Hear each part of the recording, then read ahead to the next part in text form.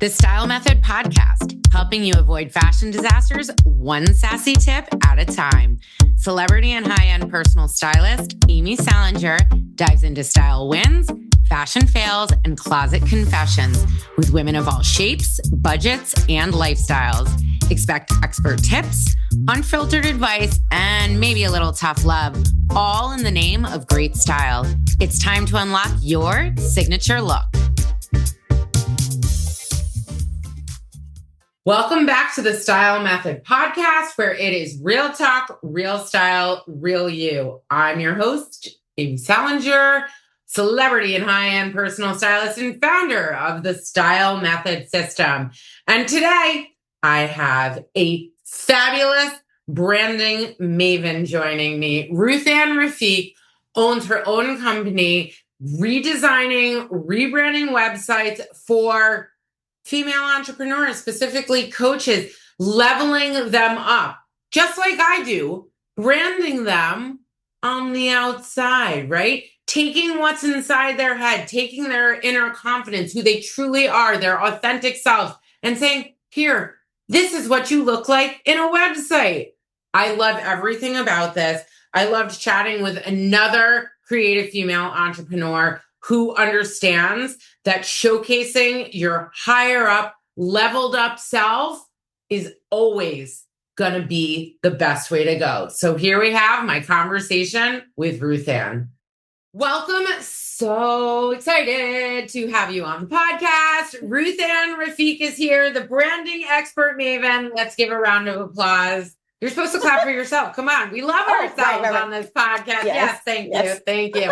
I'm a big believer in loving thyself. I've taught my 4-year-old to run around yelling, I love myself. And I'm like, this has either screwed you for life or you're going to be the most confident human that's ever lived. But either way, we clap for ourselves here. Thank you so much for coming on the Style Method Podcast. Thank you. I'm so excited to be here chatting with you. I am so excited to have you. So what you do is near and dear to my heart. For one reason is because I just love everything about branding. It fascinates me. And the second reason is I recently did this not only for my life, but also for my business. So let's lie into this. Let's talk about what you do, what your business is. And then I want to get into why you feel this is so important. Obviously, you've built an entire business around it. And I guess technically, so have I. Mine's just around the style brand. Yes, I feel like our businesses overlap so much. So I just feel like this is going to be a very flowy conversation. I'm very excited to talk about it. So yes, I'm a brand designer and website designer for women coaches and service providers who are wanting to rebrand their online presence so it really reflects that professionalism and expertise that they have with their business and have a brand and website they really love that just feels like them. So when people go to their site, they can really feel a sense of who this person is and see how great they are at what they do. I just hit 10 years in my business in March, so it has been quite the journey of learning how to be a business owner and grow my business in all of the different seasons of life. And I had kids 6 years ago. I have 3 kids now, and they are 6. You have 3 kids under 6? I do. Damn, girl. I want to give you a strong high five virtually. I really appreciate that. Yes, it's a very full season of life right now. So yes, so 6, 3, and 1. She just turned 3. So yes, it's a very full life we have over here, but I love it so much. I'm from Kansas City on the Missouri side. So we live here and we just moved into our dream home this last fall. So it has been a busy time for us. Good for you, girl. I mean, seriously, you're buying a home and moving in the middle of all of it. You're rebranding your entire life. And I was going to say, when you mentioned that you rebranded your personal and professional life, I feel like that's kind of how it is when you go through a major life shift in your personal life. It just affects your business. Like, you can't separate the two because it is who you, especially as a personal brand, this is who we are. It necessitates the fact that you change some things in your business to kind of reflect that change in your personal life. I mean, I always say, and when I turned 40 and my whole life fell apart accidentally and purposely, because I then knocked it all down during the pandemic, because I was like, I'm ready for a new season of life at 41. I say that like you have to start with the lifestyle that you want. Yeah. I feel like you go to the finish line, you look at the finish line, you look, which to me, that's very much about what lifestyle do I want? How do I want my life to look? I was in person in New York City, like running around like a crazy, oh my God, I'm in Bergdorf's, I'm in Saks, I'm in someone's home, I'm all the things. And that was my brand. And then all of a sudden I'm like, all right, I'm a single by choice mom in Providence working totally virtually, still with the same clientele. But now what the hell is my brand? Now what do I look like? I mean, I changed the name of my business and everything. I was like, let's just knock it all down, girl. And that's exactly what I did. I did that too. Like I said, we didn't even know this. Look at this. We didn't even know this. I know. I love my business name and all of that. So yeah, it is. You just kind of go through these shifts and you have to have it reflected in your business as well. You 100% do. And like, I am an expensive outsource. Obviously, one can go to a store and buy clothes and dress themselves, but I also say one could also cut their own hair. But why the hell would you do that? The idea is that you look to others to be the expert of things you are not amazing at. And by the way, You're not supposed to be amazing at everything. So as you're rebranding your life and rebranding your business and trying to come into that evolve, I should say, into that new season of life that feels more authentically you, it is the most logical decision to look to an expert to help you translate that. That's what both of us do. We're translators of what is already happening in this person's head, but they can't get it out in the medium that we can.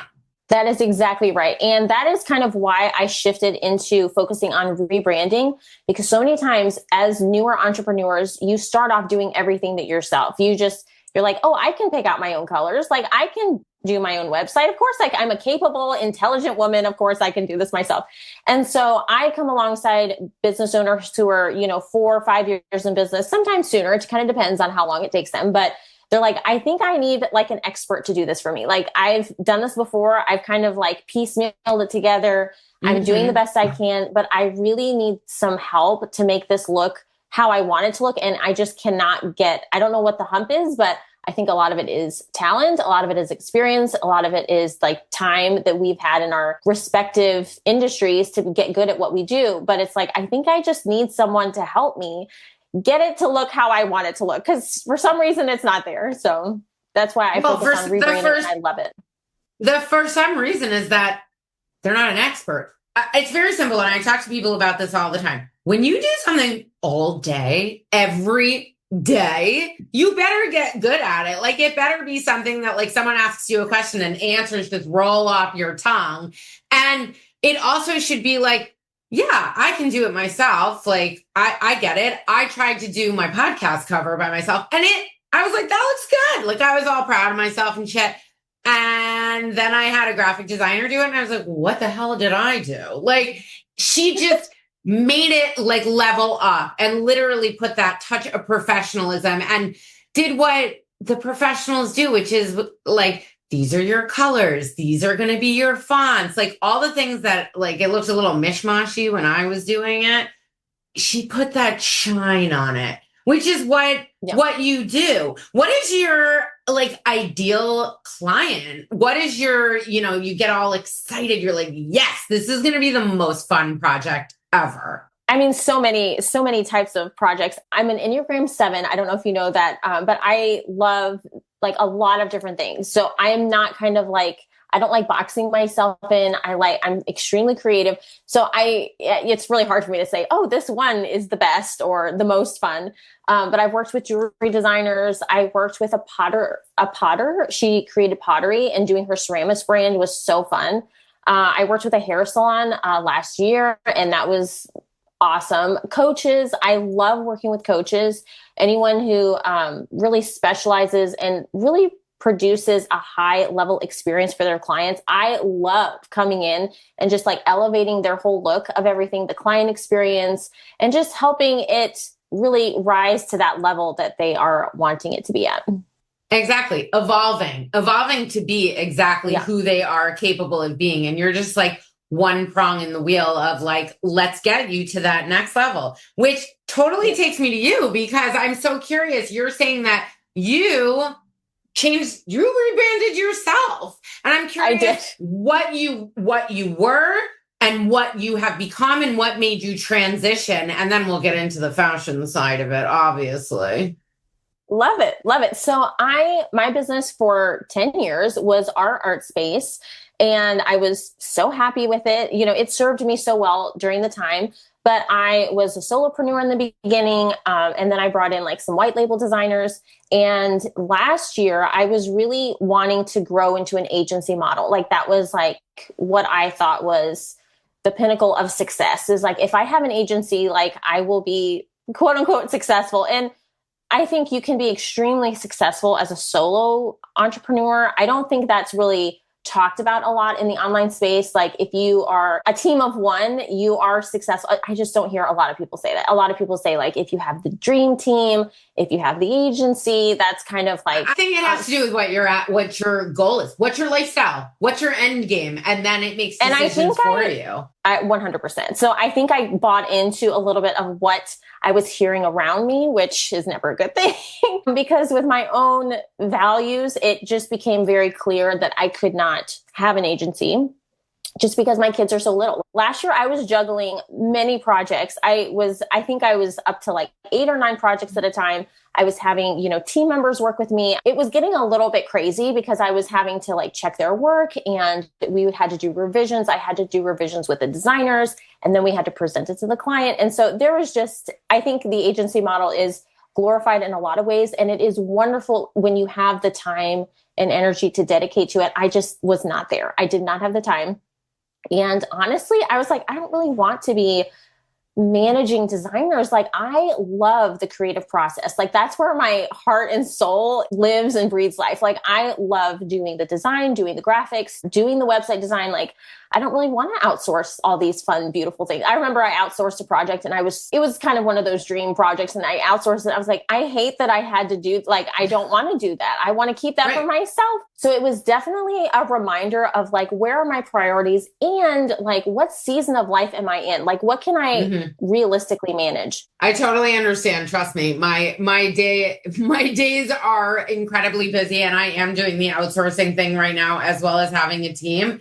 And the managing almost takes more than the physical at work itself a lot of times, which is something a lot of managers will tell you. It's an interesting decision because sometimes I'm like, oh, remember when I used to just take off the whole summer and go travel around Europe and do crazy things like that? Obviously, that was pre-child. But now it's like, because I've gone virtual and I'm not in person, there's so much more opportunity at my fingertips. And I made an executive decision. I'm going to go in. I'm going to see what I can do with this. But I assure you, it is exhausting, girl. There is definitely moments where I'm like, do I go back to when my life was easier? But I think for me, the season of life right now is like, let's just try it. Let's just see what we can do. Let's go there. So we're gonna circle this all back to style, because we are on a style podcast, obviously.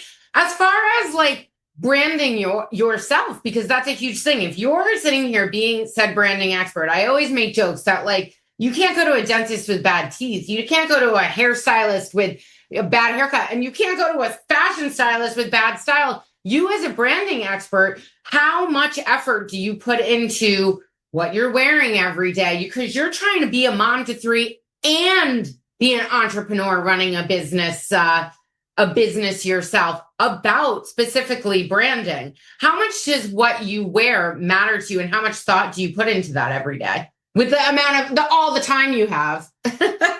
Well, I will say my style and fashion has evolved significantly, but I will say in the last year, I have really, like, after I finished nursing my last baby, I was like, I'm ready to like not be wearing maternity clothes all the time, because I was just wearing like these worn out old bras and like just t-shirts. And I was living in that for a very long time. I think since COVID, like for 5 years, I was living in like these clothes that made me feel like nothing. Like, I was just, you just said it though. They made you feel like nothing. Like, I feel like that's a really strong statement that people should hear, because I think that is in a lot of people's heads. It's like, you think you're putting something painful off to the side, i.e., I don't have time. I can't think about that. That's not important. And then it equates to, I felt like nothing. And it's like, that is the opposite of how I want people to feel every day. And you just made a blanket statement for why I push for people to wake up and go, I'm going to get dressed. I know it's going to take slightly more effort, but on the other side, I'm going to feel good, confident, happy going out the door. Girl, you just hit the nail on the head. So I started putting some effort in, and I was thinking, like, what is a low lift for me? Like, what is an easy thing I can start doing? Mm-hmm. And color was like the first thing, because I was wearing a lot of black, a lot of gray, a lot of white. And I was like, maybe I can get my colors done. So I did get my colors done. And so that was eye-opening, because a lot of the colors I didn't even know look good on me. Like, I didn't wear anything purple. I am wearing purple today, but like, yes, you are. I was like, I don't even wear, like, I've never worn teal. I've never worn yellow, like all of these colors that were my colors that look good on my skin. I was like, I've literally never owned a piece of clothing like this color. So it was just that was like my first, thing that I was trying out. Like, okay, let's buy a piece that's maybe a little bit more colorful. And then I started playing with silhouettes, which I didn't even know what that was. So in my life, I've struggled with my body and eating and all of that kind of thing. And with weight, being a woman, I gained. It's literally being a woman. I gained a lot of weight in college, and so a lot of body things. And so I always just grabbed something that was really like oversized. Nothing that would define my shape at all, because I was kind of self-conscious of my shape. Yeah. And so I did these little quizzes on like Pinterest or whatever. It's like, okay, I'm an apple shape. Like, I don't really have a very defined waist. And so I would just buy things that were huge, basically. And so last year I was, the mom jeans are like huge right now. So like high-waisted, like kind of baggy. And I was like, I've never, ever done anything for my silhouette. So I was wondering, like, what if I tried something? I have a short torso. I'm 5'3". And so I kind of have a small torso. But I was like, I think I can maybe wear something like this. So I wore like a high-waisted mom jean with like a crop, it doesn't show my skin, but it's like a crop top. And I was like, oh my gosh, I have a waist. Oh my gosh, I look skinny. Like, no way. Like, it was just such a shock to me. And so I have to tell you, I have so much fun now getting ready. And I'm not a big fashion style person. I'm definitely exploring like how to use patterns and mixing things. I'm not really too good at it, but it give is yourself so more credit. I feel, oh, thank you. You should. I mean, I always am here to be the positive reinforcer. Like, everything you're saying, most people wouldn't have even stepped outside of that. They would have stayed in what I refer to as the garbage bag. I'm going to put on something oversized. I'm going to hide from the world. And it's hiding from yourself. And it's honestly like makes you feel like shit. You're trying to not be seen. You do. It's true. You're trying to not be seen. And the reality of what you did is you're like, I'm going to dip my toe in the pond. And you dipped it in a really lovely way, because you weren't doing the complicated things. The silhouettes are the more complicated things. But trying a few new colors, you were starting to be like, I'm okay bringing a little bit of attention to myself. Because black, oversized, what are we doing? We're saying, please don't look at me, right? But when you start bringing a little bit of that color in, you're going, okay, I'm gonna poke my head out of the turtle shell. When you really started analyzing silhouette and your body shape is when you're really starting to jump. And I do have to tell you, I'm very impressed. Number one, it's hard to identify your body shape. I do say, and I have a body type quiz myself, that usually you are two types of body types combined together, which is part of the difficulty. It's very rare that you're one type. It's usually some sort of combination. It's never as clear cut as that. And thank God, because we're all unique, beautiful human beings. With that said, pear shape, and you leaned into a trend of the moment while also understanding your body. I just want to go through why you did a good job. I need you to understand. And I want all the listeners to understand how this works. And it's so positive, is that you realize, okay, I'm pear shaped, which means you're curvier on the bottom half. Your hips and your bum are the wider spot on your body. Your waist is the smaller spot. So we're going to highlight the smaller part, which is going to be the high waist and more fitted. That's going to draw the eye to the center, to the middle. And then by choosing a wider leg, you're now giving some breathability to those beautiful hips and curves, and also making your bottom half look a little bit straighter, because we're not going skin tight on your hips and your bum and highlighting that curve. We're in fact straightening it out by pairing it with what I would call a waist length, not a crop top, because a crop top implies like we're a teeny bopper and our stomach is hanging out. This would be a waist length. So natural waist is right around your belly button. If you cinch at your natural waist, now we're only doubling the effect of the high-waisted jeans where they're hitting you. And now you're compounding it by putting the crop waist length at your waist, tightening it up. If you did a juxtaposition of color, like a dark blue on the bottom half for jeans and a white on the top of a sweater or a t-shirt that's fitted at the waist, that's only going to bring the eye upward even more and draw attention to the smallest part at your waist. So kudos to you. More topping. Good job. Good job. The whole thing with dressing that people don't understand is it's all an illusion. All dressing is an illusion. So I jokingly call myself the cheapest plastic surgeon in town. You don't need to go and like, you know, the GLP-1s and all the liposuction and all the things that we, you know, can do for ourselves. You don't necessarily need to do that. If you start really analyzing your body type and putting on silhouettes that are more flattering to said body type, I understand this is easier said than done. You started doing a little bit of research. You had to put some effort in. You started trying different things. That is going to come out the other side with people going, did you lose weight? Like, it's like they aren't sure. They can't tell, but you didn't do anything. You just put on the proper silhouette for you. Because I can tell you, garbage bag silhouette is not going to make anyone ask if you lost any weight. I loved hearing your breakdown of like the reasons why. Because I'm like, I know that I don't feel good this way. And I know I do feel good this way. So I don't really know like all the reasons why, but I was like, this somehow is working. And I have had, I think my husband the most is like, you have lost so much weight. And I was like, I really haven't. Like, I don't think I've lost any weight. And he's like, you are tiny. And I was like, thank you so much. Like, I don't think that's true, but I appreciate you. I'm wearing the right, like you're saying, like proportion, and it just looks smaller in a different, how it lays. I don't know. Everything you just said, yes. Everything I just said. It's all about where you're directing someone's eye to go. They don't know that you are directing them with color, with pattern, with jewelry, with necklaces, belts, whatever it may be. It's not like it's so obvious. It's not like there's a freaking bullseye somewhere, but that is what is occurring depending on how you're using colors and accessories and silhouettes and things of that nature. And I think, you know, that leads to something really funny that I talk about a lot, which is like people sometimes when they're confused, they're like, you're a stylist? Like, I don't get it. People can't shop for clothing and put outfits together. I'm like, yeah, of course they can. And like I always say, and you can buy furniture for your house and you can cut your own hair.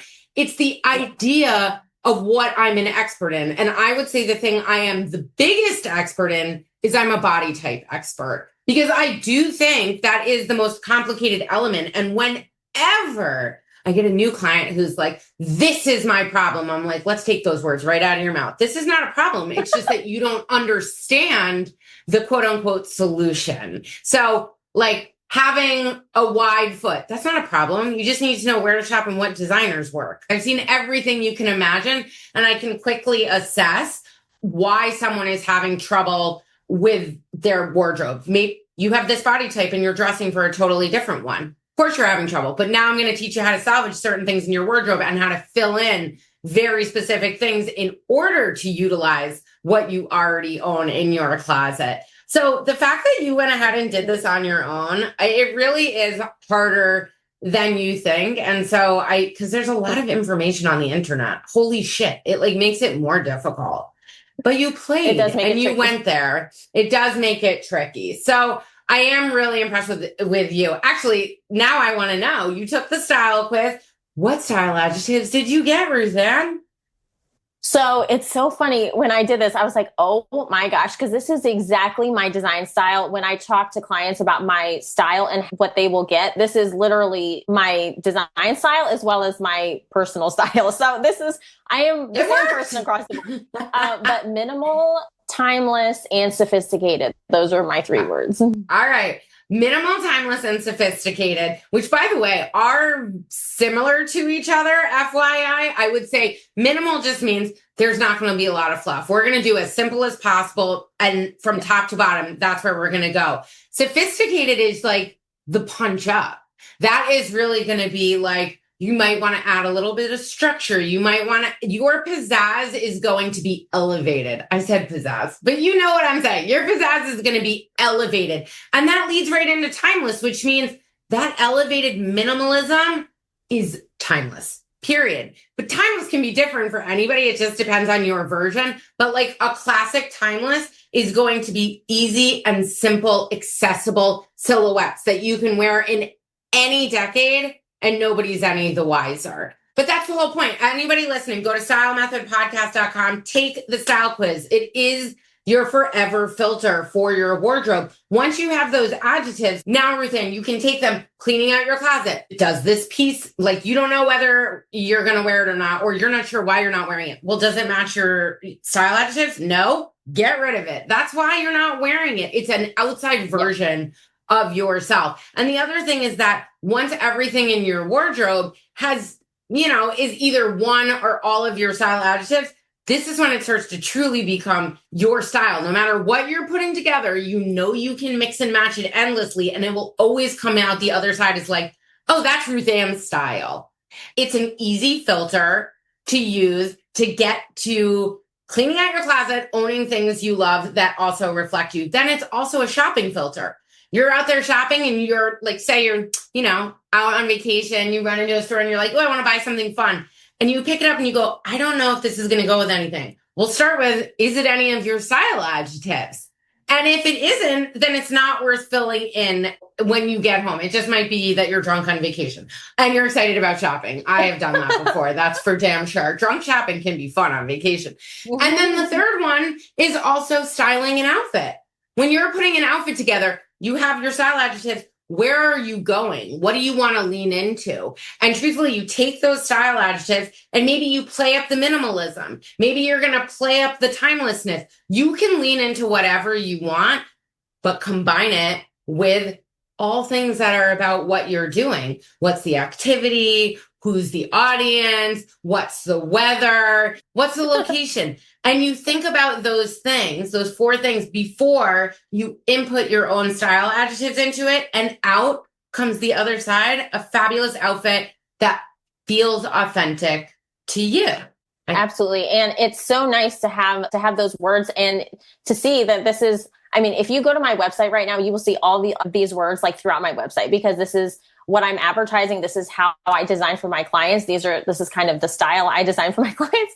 So it was very like confirming. I was like, this is absolutely correct. Like this is the style that I love. I've always leaned into this. It's just who I am, I guess. Like, and part of me always wonders, like, why can't I do something like a little crazy, a little out there? And I'm like, it's just not me. Like, I can experiment. I can try different things, but I think in the end, I'm minimal. And these are the words that describe me. That's be that person.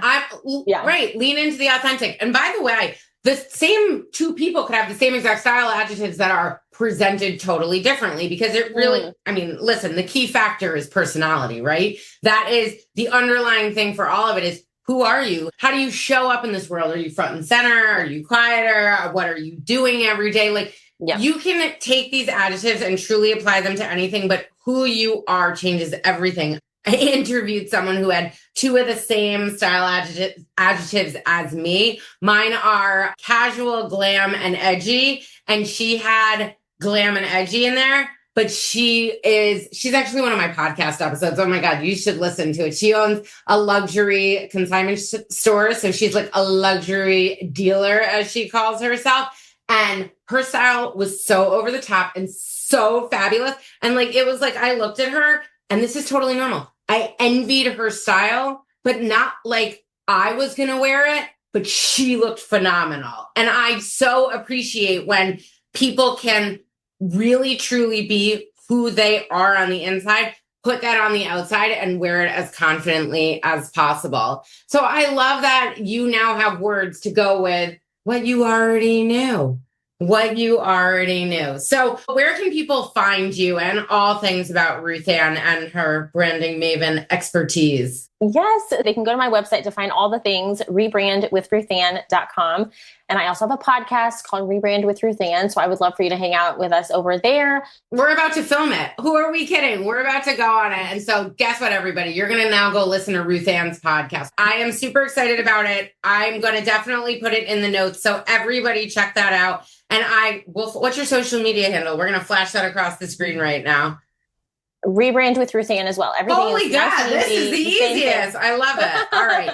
I made that more complicated than it had to be. Look at that. No, Shocking, by the way. All right. Thank you so much for coming on. I totally appreciate it. And I can't wait to do your podcast right now, girl.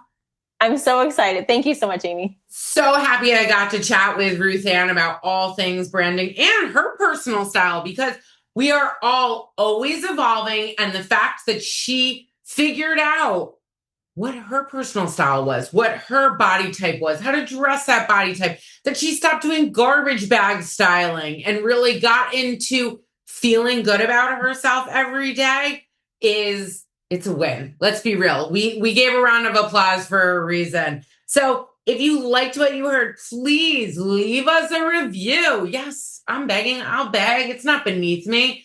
Please leave us a review. Give us a little 5 stars. Tell me why you like the podcast. Spotify, Apple, any of the places. And of course, go to stylemethodpodcast.com and take that style adjective quiz. This is your forever filter. If you want to start to really understand and develop your own personal and authentic style, that is the place to start. And follow us on all things social at Style Method Co. That's CO. So much style method to be had. So many ways for me to help you feel confidence. Thank you so much. And I will see you again next time on the Style Method Podcast.